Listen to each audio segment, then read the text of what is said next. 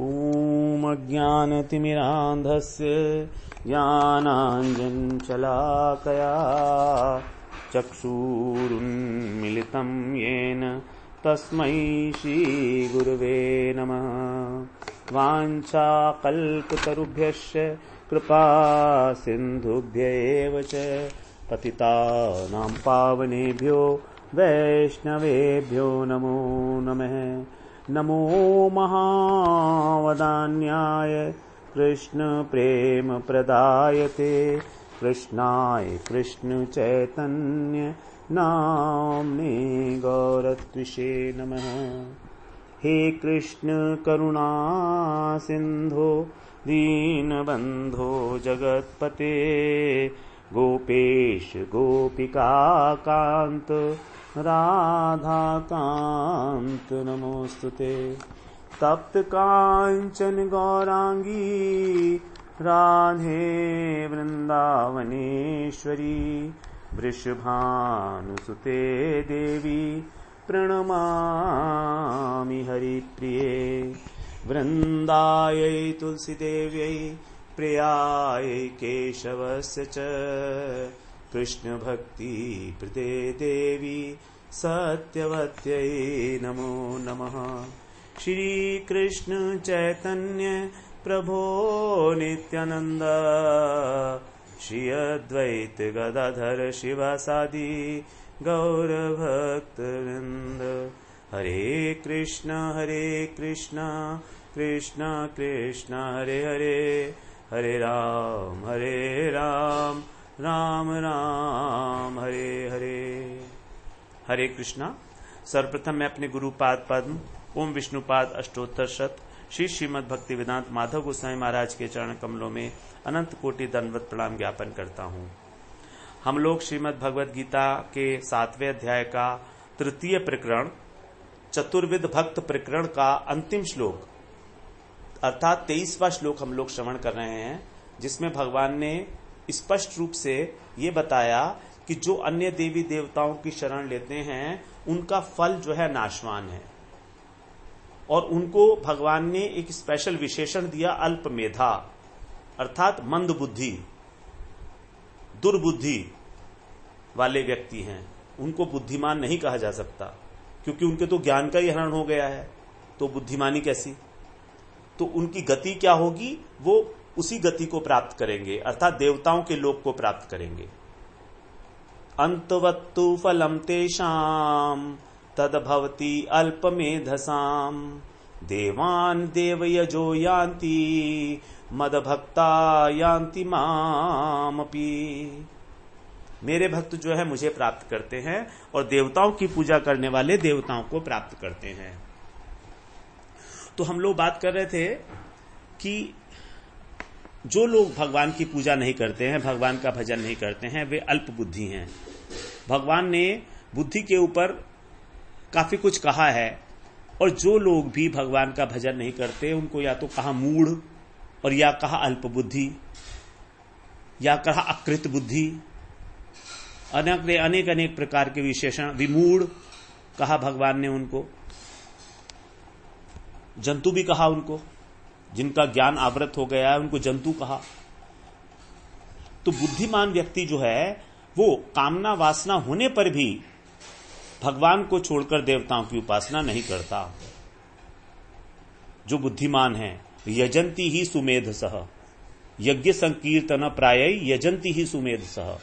जो संकीर्तन यज्ञ के द्वारा महाप्रभु की उपासना करता है वही सुमेध सह, वही सुबुद्धिमान है। तो यहां पर देवता की उपासना से नश्वर फल मिलता है, अल्प फल मिलता है। तो इसका कारण यह नहीं है कि उनकी श्रद्धा में कमी है। श्रद्धा तो उनकी भगवान ने बढ़ा दी है, दृढ़ कर दी है। श्रद्धा में कमी नहीं है, कमी है बुद्धि के अंदर। तो अल्प बुद्धि के कारण उनको नश्वर फल मिलता है। तो इस श्लोक में भगवान ने भक्त और देवताओं के जो उपासक हैं उनमें अंतर को स्पष्ट किया है कि भगवान के भक्त को भगवान प्राप्त होते हैं और देवताओं के जो उपासक हैं उनको देवलोक की प्राप्ति होती है। यद्यपि भगवान उन देवताओं की पूजा को भी अपनी पूजा मानते हैं और फल भी स्वयं ही देते हैं, क्योंकि देवता भी तो भगवान की विभूति है ना, उनके आधिकारिक जीव हैं, उनके विराट शरीर के अवयव हैं देवता। उनका जो विराट शरीर है उसके अवयव हैं देवता लोग। जैसा 11वें अध्याय में अर्जुन ने स्पष्ट रूप से भगवान के जो विराट रूप था उसमें दर्शन किए सभी देवताओं के, जितने भी थे, वायु, रुद्र, मरुत, सबको देखा उसने, अर्जुन ने। तो सब भगवान के जो हैं पार्ट हैं, अवयव हैं, लेकिन तो भी फल में अंतर है,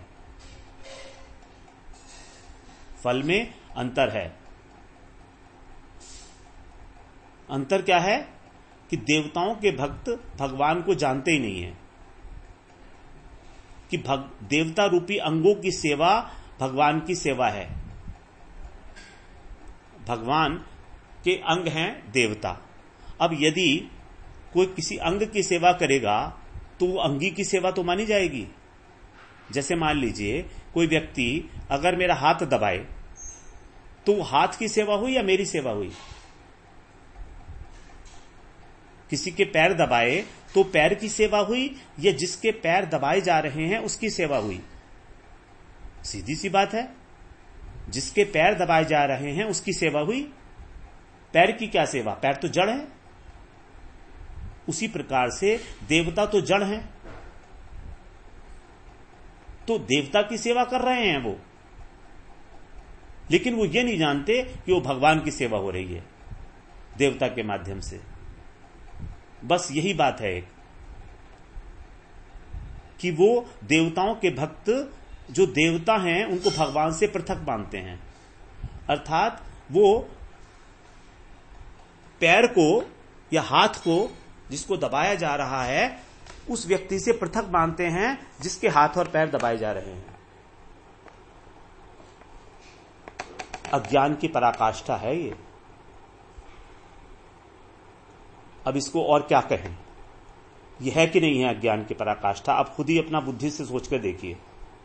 जब सारे के सारे देवता भगवान के अंग स्वरूप हैं, अवयव स्वरूप हैं, जो कि अर्जुन जो है खुद ही प्रमाणित करेंगे भगवान के विराट स्वरूप में सबको देख के, तो फिर हम उन अंगों की सेवा को अंगी की सेवा क्यों नहीं मानते? ये हमारी दुर्बुद्धि, ये हमारी क्या है? दुर्बुद्धि तो है ना, हमारा दुर्भाग्य है ये। जो देवताओं की पूजा कर रहे हैं उनका दुर्भाग्य है, घोर दुर्भाग्य है। देवता जो है भगवान के ही तो स्वरूप है, उन्हीं की तो अंग हैं, उन्हीं की भगवान, उनके माध्यम से भगवान की ही तो सेवा करी जा रही है। लेकिन देवता के प्रति तो श्रद्धा है और भगवान के प्रति कोई आदर बुद्धि नहीं है उनकी। अब ये तो ऐसा ही हुआ ना कि कोई व्यक्ति किसी के पैर दबा रहा है ना, पैर तो दबा रहा है लेकिन उसको खाने के लिए कुछ नहीं देगा। पैर तो दबा रहा है लेकिन वो तो पैर को ही सब कुछ माने कि नहीं मैं तो पैर ही दबाऊंगा बस, उस व्यक्ति से मुझे कोई मतलब नहीं है। वो खाए पिए, उसकी आवश्यकता है अगर मान लो पानी पीने की या भोजन करने की, तो वो उसको नहीं देगा वो, क्योंकि उस व्यक्ति विशेष के प्रति उसकी कोई आदर बुद्धि नहीं है। पैर के प्रति आदर बुद्धि है उसको, क्योंकि उसे पता है पैर दबाने से मुझको ये सामान मिल जाएगा। वो भी इसलिए दबा रहा है कि उसको कुछ इच्छा है, वरना वो भी नहीं दबाएगा, क्योंकि आदर तो है नहीं ना। श्रद्धा भी उसकी उतनी ही है कि उसको सामान मिल रहा है कुछ रिटर्न में, उसी के अनुरूप श्रद्धा है। यदि नहीं मिलेगा तो वो उस देवता को छोड़ के दूसरे के पास चला जाएगा। और हम लोग करते भी ऐसे ही हैं। शिव जी को छोड़ा तो जाकर गणेश जी के पास पहुंच गए, गणेश जी को छोड़ा वैष्णो देवी चले गए, वहां भी छोड़ा तो हनुमान जी के पास चले गए। भटकते रहते हैं अनेक देवी देवताओं के पास, जिस पंडित ने जो बता दिया वो करते हैं जाके। ये बड़ा दुर्भाग्य है हमारा। हम सब इसी लाइन में हैं, कहीं ना कहीं, कोई ज्यादा कोई कम। और जो लोग भगवान सेवा में निष्ठ हो गए हैं उनकी तो बात ही क्या, वो तो भक्त की श्रेणी में है, उनके विषय में तो कोई बात कही नहीं जा सकती। हम यहां पर बात कर रहे हैं, चर्चा कर रहे हैं मेरे जैसे व्यक्ति के विषय में। ये सारी बातें जो हम कह रहे हैं ये आप इसलिए ना समझें बिल्कुल भी कि मैं कोई आक्षेप लगा रहा हूं किसी के ऊपर या कुछ है। ये सब समझिए कि ये मैं अपने लिए कह रहा हूं, मैं अपने लिए ही ऐसा सोचता हूं कि हमारी बुद्धि की, मेरी बुद्धि की कमी है कि मैं ये बात इतना स्पष्ट रूप से भगवान के कहने के बाद भी इसको हृदयंगम नहीं कर पा रहा हूं, अपने अंदर, अपने आचरण में नहीं ला पा रहा हूं। ये मेरा दुर्भाग्य है, ये मेरी दुर्बुद्धि है। तो इतना स्पष्ट रूप से भगवान यहां हमें समझा रहे हैं, और इससे स्पष्टता कहीं हो सकती है अधिक? इतने सरल सी भाषा में अल्पमेधसाम सब कुछ कह दिया। अल्पमेधा ने, तू प्रत्यय ने सब कुछ कह दिया। तू प्रत्यय का कारण बड़ा महत्वपूर्ण है, विशेष महत्व है ये, क्योंकि भगवान के भक्तों को जो फल मिलता है उसकी विलक्षणता पता लग रही है हमको तू से। क्योंकि देव उपासकों को मिलने वाला फल और भगवान के भक्तों को मिलने वाला फल, उसमें जमीन और आसमान का अंतर है। जमीन और आसमान का अंतर है। उसमें यह नहीं कि कम और ज्यादा का अंतर है, dimensionally different, qualitatively different, not quantitatively. क्योंकि भगवान का जो सकामी भक्त है, हम सकामी भक्ति की बात कर रहे हैं यहां पर, ज्ञानी की तो बात ही नहीं कर रहे, जो भगवान की आत्मा है। तो जब सकामी भक्त भगवान को पुकारता है, जैसे गजेंद्र ने पुकारा, ध्रुव महाराज ने जैसे तपस्या की, सबने भगवान की शरण ली। विभीषण भगवान की शरण में आए, राक्षसों के बीच में थे, बिल्कुल राक्षसों के बीच में, और वहां पर भी राम राम यही उनके मुख से निकलता था। तो क्या हुआ? भगवान ने कृपा पूर्वक उनकी इच्छा ही मिटा दी। भगवान ने इच्छा ही मिटा दी बाद में। ध्रुव महाराज की इच्छा कहां रह गई थी कि मुझको कुछ दिया जाए? ध्रुव महाराज नहीं चाहते थे कि मुझको कुछ राज्यपाट दें भगवान। स्वामिन कृतार्थो अस्मि वरम न याचे, अंत में ये बोला ध्रुव महाराज ने, स्वामिन कृतार्थो अस्मि वरम न याचे, स्थानाभिलाषी तपसी स्थितो अहम त्वाम प्राप्तवान देव मुनीन्द्र गुह्यम कांचम विचिन्न इव इलाधम दिव्य रत्नम स्वामिन् कृतार्थो अस्मि वरम न याचे, स्वामिन् कृतार्थोऽस्मि वरम न याचे। स्थानाभिलाषी तपसी स्थितो अहम त्वाम, कह रहे हैं ध्रुव महाराज, हे भगवान, मैं स्थान का अभिलाषी था, मुझको अपने पिता की गोदी के अंदर स्थान चाहिए था, इसीलिए मैंने तपस्या किया। उस स्थान के लिए जो देवताओं और मुनियों के लिए भी बहुत मुश्किल है, गुह्य है।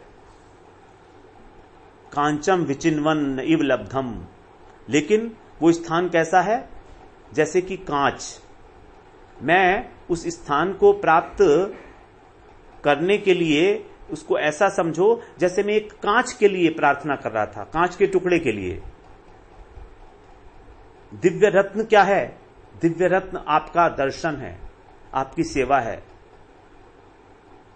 कांच के टुकड़े की तरह मैं उसको चाह रहा था। वो कुछ भी नहीं है, तुच्छ है अत्यंत आपके दर्शन के सामने, जो दिव्य रत्नम। स्वामिन कृतार्थो अस्मि वरम ने, अब मैं कृतार्थ हो गया स्वामिन, अब मुझे वर नहीं चाहिए, नहीं चाहिए, नहीं चाहिए। भगवान कह रहे हैं ऐसा तो नहीं हो सकता, मेरा दर्शन तो अमोघ है। तुम्हारी शुरू में तो यही इच्छा थी ना कि तुम्हें राजपाट मिले, तो तुम्हें वही मिलना पड़ेगा, होना ही होगा, तुमको भोगना ही पड़ेगा राजपाट। बड़ी गलती हो गई ध्रुव महाराज से, बड़ा अफसोस हुआ है उनको जब उनको ध्रुव लोक मिला है कि भगवान का मुझे सेवा नहीं मिली, भगवान ने मुझे अलग कर दिया, दूर कर दिया मुझे अपने से। मुझे अपनी सेवा में कहां रखा भगवान ने? अपने साथ वैकुंठ लेकर जाते तो मैं उनकी सेवा करता। ठग लिया भगवान ने। ध्रुव महाराज ठगे गए। क्यों? कामना के कारण, केवल कामना के कारण। हम लोगों को बड़ी शिक्षा इससे मिलती है कि हम किसी भी प्रकार की भगवान से कामना ना रखें, वरना वो हमें दे देंगे। और वास्तव में सच मानिए, अगर उन्होंने वो हमारी कामना पूरी कर दी तो हम ठगे जाएंगे, हम वंचित हो जाएंगे भगवत प्रेम से, भगवत सेवा से। क्योंकि भगवान ठगने में बड़े चतुर हैं। आसानी से अपनी सेवा नहीं देते, वो आसानी से अपनी भक्ति नहीं देने वाले हैं भगवान। तो इस प्रकार विभीषण को भी उन्होंने राज्यपाट दे दिया, सुग्रीव को भी राज्य दे दिया, ध्रुव को भी राज्य दिया, प्रहलाद जी को भी राज्य दिया। नरसिंह पुराण में आती है ये बात। देवर्षि नारद एक बार मिलने आए ध्रुव महाराज से भगवत दर्शन के बाद, जब वो राज्य कर रहे थे, तो ध्रुव महाराज फूट फूट के रोने लगे उनके आगे। नारद जी ने पूछा कि ध्रुव क्यों रो रहे हो, तुम तो भगवान के बहुत बड़े भक्त हो। तो ध्रुव महाराज कहने लगे, मेरी कामना के कारण भगवान ने मुझे इतना बड़ा राज्य दे दिया, मुझे अपनी सेवा नहीं दी, इसीलिए मुझे उनसे इतना दूर रहना पड़ रहा है। ये मेरी सब कामना का ही फल है, कितना अधम हूं मैं। ये कथा आती है नरसिंह पुराण में। ध्रुव महाराज रो रहे हैं नारद जी के सामने, स्वामिन कृतार्थो अस्मि वरम न याचे। तो जब शुद्ध भक्ति हृदय में प्रवेश करती है तो सारी कामनाएं और वासनाएं अपने आप नष्ट हो जाती हैं भक्ति महारानी की कृपा से। ध्रुव महाराज को 36,000 वर्ष राज्य करना पड़ा और विभीषण को तो एक कल्प का राज्य दे दिया, ब्रह्मा जी का एक दिन। ऐसे भगवान को छोड़ के जो देवताओं को भजन करता है उसको क्या कहें, और अल्प बुद्धि नहीं कहेंगे। तो दो प्रकार के व्यक्ति होते हैं, एक तो होते हैं मूढ़ और एक होते हैं अल्प बुद्धि। मूढ़ का मतलब तो है मूर्ख, जो कुछ भी नहीं जानते, और अल्प बुद्धि हैं जो देवताओं की उपासक है। मतलब बुद्धि तो है लेकिन सही जगह पर इस्तेमाल नहीं हो रही है। तो ये जो है अल्प बुद्धि वाले मूढ़ नहीं है, शास्त्रों का जानकारी है इनको, विधि विधान सब जानते हैं, नियम पालन करना जानते हैं, लेकिन भगवान की शरण नहीं लेते। इसलिए इनको कहा अल्प मेधा। मेधा का मतलब होता है बुद्धि के अंदर जो धारण शक्ति है, धी, उसी को बोलते हैं मेधा। जो किसी भी उपदेश को धारण कर सकता है वो होता है मेधावी। और यदि धारणा शक्ति में दोष हो, तमोगुण हो, तो वो क्या करेगा, वो गलत बातों को बड़ी जल्दी धारण कर लेगा। और हम लोग देखते भी हैं ऐसा। आजकल के समय में कोई गलत बात होती है तो हम उसको एकदम धारण करने के लिए, एक्सेप्ट करने के लिए तैयार रहते हैं, और कोई अच्छी बात हो तो हमें उस पर संशय हो जाता है। अच्छी बातों को ग्रहण करना बड़ा मुश्किल है आजकल के समय में। तो कैसे पता लगेगा हमको बुद्धि अल्प है? कैसे पता लगेगा? ऐसा कोई व्यक्ति हो सकता है इस जगत में जो इंद्र को, गणेश को, हनुमान जी को, दुर्गा जी को, शिव जी को जानता हो, उनकी महिमा को जानता हो, और भगवान राम और कृष्ण की महिमा को ना जानता हो? क्या ऐसा कोई व्यक्ति हो सकता है? क्या ऐसा हो सकता है? सुना है आपने कभी कि जो और बाकी देवी देवताओं को जानता है और राम और कृष्ण के बारे में अनभिज्ञ है? ऐसा व्यक्ति हो ही नहीं सकता। तो जानता है भगवान की महिमा को, तो भी भगवान की शरण नहीं लेता है, नश्वर देवताओं की शरण लेता है। यही है उसकी अल्प बुद्धि। बुद्धि होते हुए भी उसका इस्तेमाल ना करना। अनंत असीम परम वात्सल्यवान भगवान को त्याग कर देवी देवताओं की शरण लेना, उनकी उपासना करना, यही है अल्प मेधा। इनकी बुद्धि का स्तर निम्न कोटि का होता है, क्योंकि संसार के जगत के स्वामी को नहीं पकड़ते, छोटी मोटी देवताओं को, कुल देवताओं को पकड़े बैठे हैं। तो छोटी बुद्धि छोटी वस्तु को पकड़ेगी। चाहे किसी को संसार में कितनी भी विद्या जानता हो, कला कौशल हो, बड़ा बड़ा रिसर्च स्कॉलर हो, डॉक्टरेट हो, नोबेल प्राइज विनर हो, लेकिन वो सब अल्प मेधा हैं। और अगर किसी ने भगवान को जान लिया तो संसारिक वस्तुओं का ज्ञान ना हो तो भी उसको भगवान ने कहा सर्ववित, सर्वज्ञ।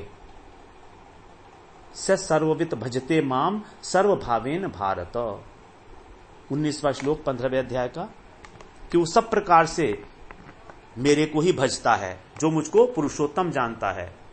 यो मामेवम असो मूढ़ो जानाति पुरुषोत्तमम, जो मेरे स्वरूप को जानता है कि मैं परम पुरुष हूं, वो मेरे अतिरिक्त किसी का भी भजन नहीं करता। माम एवं सर्वभावेन भारत, सब भावों से मेरी ही पूजा करता है, मेरे ही शरण लेता है, मेरे ही आश्रित होता है। तो इस प्रकार से भगवान बता रहे हैं यहां, कितनी स्पष्ट रूप से और कितने हार्ड शब्दों में, कठोर शब्दों में, क्योंकि जब कोई बात किसी को जबरदस्ती उसके दिमाग में घुसेड़नी पड़ती है ना, तो कुछ कठोर शब्दों का इस्तेमाल जरूरी होता है कि कहीं भगवान की बात को कोई टेकन फॉर ग्रांटेड ना ले रहे कि हां ये तो ऐसा कहते ही रहते हैं। तो भगवान कह रहे हैं नहीं, मैं बोल रहा हूं अल्प मेधा, अब इससे ज्यादा और क्या कहें भगवान। मूढ़ कह चुके हैं ऑलरेडी, यहां पर भगवान ने अल्प मेधा कह दिया, अल्प बुद्धि कह दिया। किसी को मूर्ख कह देना, किसी को इडियट कह देना क्या कोई कम बड़ी गाली है? खुल्लम खुल्ला भगवान यहां पर गाली दे रहे हैं उस व्यक्ति को, इडियट, रास्कल।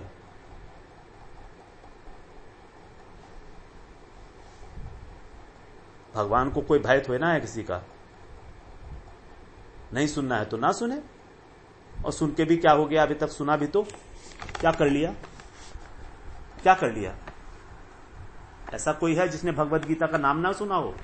नाम तो सुना है ना, अंदर तो कभी जानने की जिज्ञासा हुई भी नहीं, और थोड़ी बहुत हुई भी तो सस्टेन नहीं हो पाई, इतनी गहराई में नहीं उतर पाए किसी के साथ।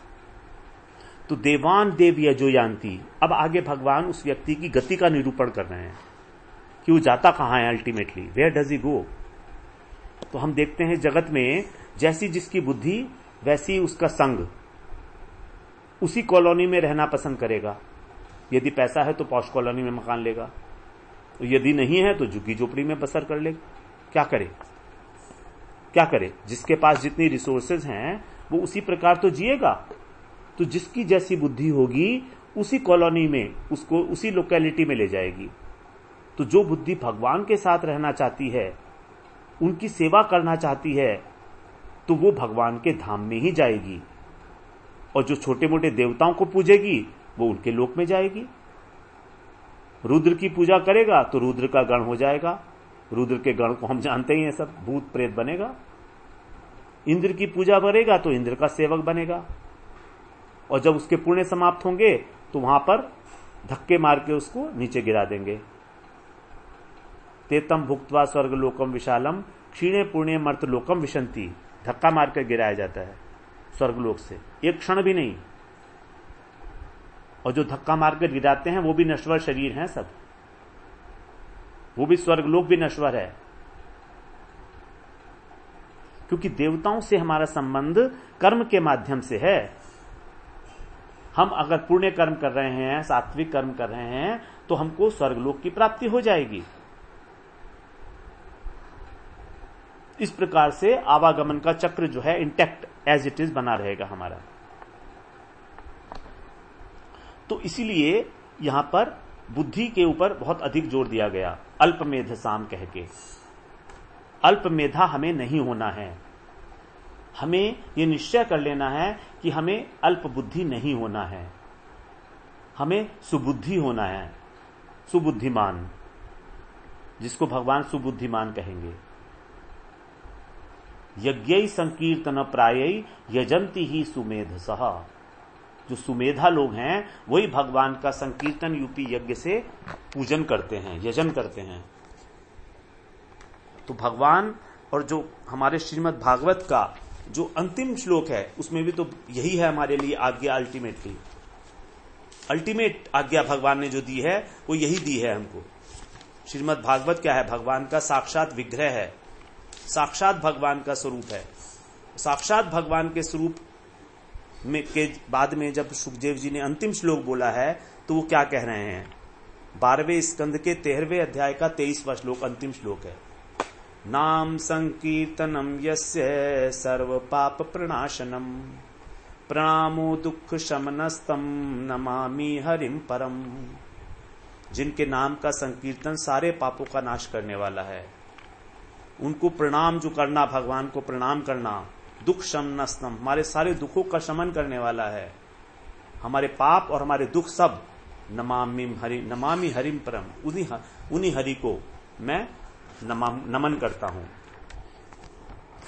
तो भगवान की ही शरण में जाना हमारे लिए एकमात्र उपाय है और एकमात्र गति होनी चाहिए हमारी। और बुद्धिमान पुरुषों की गति भगवान ही हैं। मदभक्ता यान्ति मामपि, जो भगवान के भक्त हैं, जो भजन करते हैं, वे क्या करते हैं? मदभक्ता यान्ति मामपि, मुझे प्राप्त होते हैं। तो आर्त जिज्ञासु अर्थार्थी, जिन्हें भगवान ने कहा था उदार हैं, तो वो भगवान को ही प्राप्त करते हैं। उनकी कामना पूरी हो जाएगी, फिर साधु संग होगा, फिर भजन करेंगे, लेकिन अंत में भगवान को ही प्राप्त करते हैं। मतलब यद गत्वा न निवर्तन्ते तद धाम परमम मम। तो अपि शब्द से भक्तों की विलक्षणता बता रहे हैं फिर यहां पर, माम अपि, कि उस सकाम भक्त की इच्छा तो पूरी होती ही है, लेकिन अंत में वो मुझे ही प्राप्त होता है, क्योंकि भगवान को अपना भक्त ही प्रिय है। भक्त्या हमें एकया ग्राह्य श्रद्धा आत्मा प्रिय सताम। भक्त्या हम एकया ग्राह्य, मैं एक भक्त के द्वारा ही, केवल भक्त के द्वारा ही ग्रहण करने योग्य हूं। जो कैसा है? श्रद्धा आत्मा प्रिय सताम, जो साधु है, मेरा प्रिय है और श्रद्धा से युक्त है। और किसी प्रकार कर्म ज्ञान योग से मेरे को प्राप्त करने की कोई संभावना नहीं है, न कर्म की अपेक्षा, न ज्ञान की, न तपस्या की।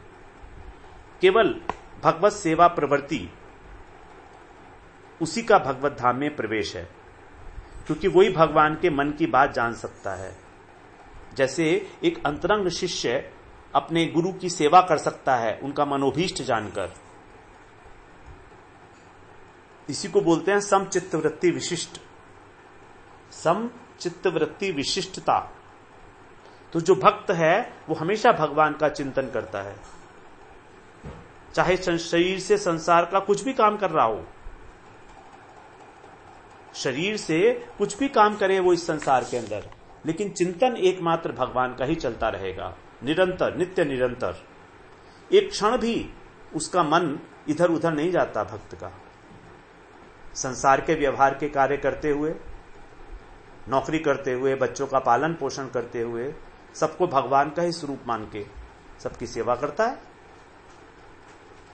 सब अपने अपने तरीके से भगवान की सेवा कर रहे हैं और मैं भगवान के भक्तों की सेवा कर रहा हूं। तो अपने को भगवान के भक्तों का भक्त मानकर, भक्तों का सेवक मानकर वो सारा जीवन, सारा व्यवहार करता है संसार के अंदर। इस प्रकार से उसकी निरंतरता एंश्योर हो जाती है भगवान के भजन में। तुलसीदास जी ने जो बताया है, उदाहरण दिया है, कामहि नारी प्यारी जिमी लोभहि प्रिय जिमी दाम तिमि रघुनाथ निरंतर प्रिय लागहि मोहि राम, प्रिय लागहि मोहि राम। रामचरितमानस का अंतिम चौपाई है, अंतिम दोहा, कंक्लूडिंग। जैसे भागवत का हम लोगों ने अंतिम श्लोक सुना, यस्य नाम संकीर्तनम, नाम संकीर्तनम यस्य सर्व पाप प्रणाशनम, ऐसे ही तुलसीदास जी की इच्छा है ये, जिस प्रकार एक कामी व्यक्ति हमेशा नारी का ध्यान करता है, स्त्री का ध्यान करता है, सोते जागते हमेशा उसको, और जिस प्रकार एक लोभी व्यक्ति हमेशा पैसे का ध्यान रखता है, कैसे पैसे कमाऊं, कैसे और अधिक बढ़ाऊं, कैसे और अधिक बढ़ाऊं, रात को भी वही सपने देखता है, उसी प्रकार, बिल्कुल उसी प्रकार मुझे भी राम आप प्रिय लगूं, तिमि रघुनाथ निरंतर प्रिय लागे ही मोहि राम। ये है भक्त की अभिलाषा कि किसी प्रकार से मेरा उतना ही लोभ आपके अंदर हो जाए, उतनी ही आवेश, उतनी ही आसक्ति आपके अंदर हो जाए जितना कि लोभी व्यक्ति की धन में होती है और कामी व्यक्ति की स्त्री में होती है। तुलसीदास जी ने उदाहरण भी कितने छांट के दिए हैं कि निरंतरता बनी ही रहेगी भगवान के प्रेम में। इस प्रकार हम लोगों ने आज तृतीय प्रकरण श्रवण किया। कल से हमारा चतुर्थ प्रकरण जो है वो स्टार्ट होगा। वो प्रकरण का नाम है परम भाव प्रकरण। वो अंतिम प्रकरण है हमारा इस चैप्टर का। वांछा कल्पतरुभ्यश्च कृपा सिंधुभ्यैव च पतितानां पावनेभ्यो वैष्णवेभ्यो नमो नमः।